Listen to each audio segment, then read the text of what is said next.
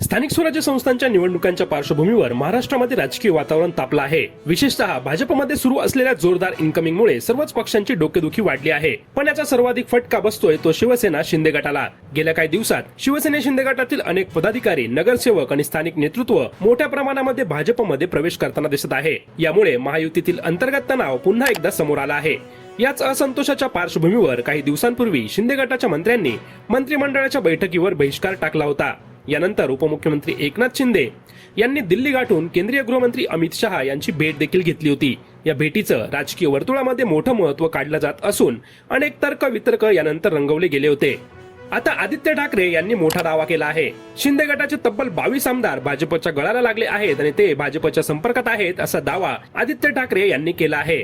आदित्य ठाकरे यांच्या दाव्यावर स्वतः मुख्यमंत्री देवेंद्र फडणवीस यांनी प्रतिक्रिया दिली आहे।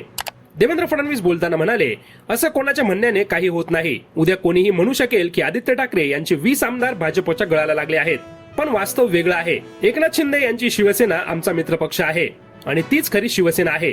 त्यांचे आमदार आमच्याकडे घेऊन आम्हाला काय करायचं आहे? आम्ही अशा प्रकारचं राजकारण करत नाही। उलट शिंदे सेना मजबूत व्हावी यासाठी आम्ही त्यांच्या पाठीशी खंबीरपणे उभे आहोत, असं देवेंद्र फडणवीस यांनी म्हटलं आहे। यासोबतच भविष्यामध्ये शिवसेना भाजप महायुती आणखी शक्तिशाली होताना महाराष्ट्र बघणार आहे असा विश्वास देखील देवेंद्र फडणवीस यांनी व्यक्त केला आहे। त्यामुळे आता आदित्य ठाकरेंनी शिंदेचे 20 आमदार भाजपमध्ये जाणार हा केलेला दावा खरा आहे की देवेंद्र फडणवीस खरंच शिंदेच्या शिवसेनेच्या पाठीशी उभे आहेत हे येणाऱ्या काळामध्ये बघणं महत्त्वाचं ठरणार आहे।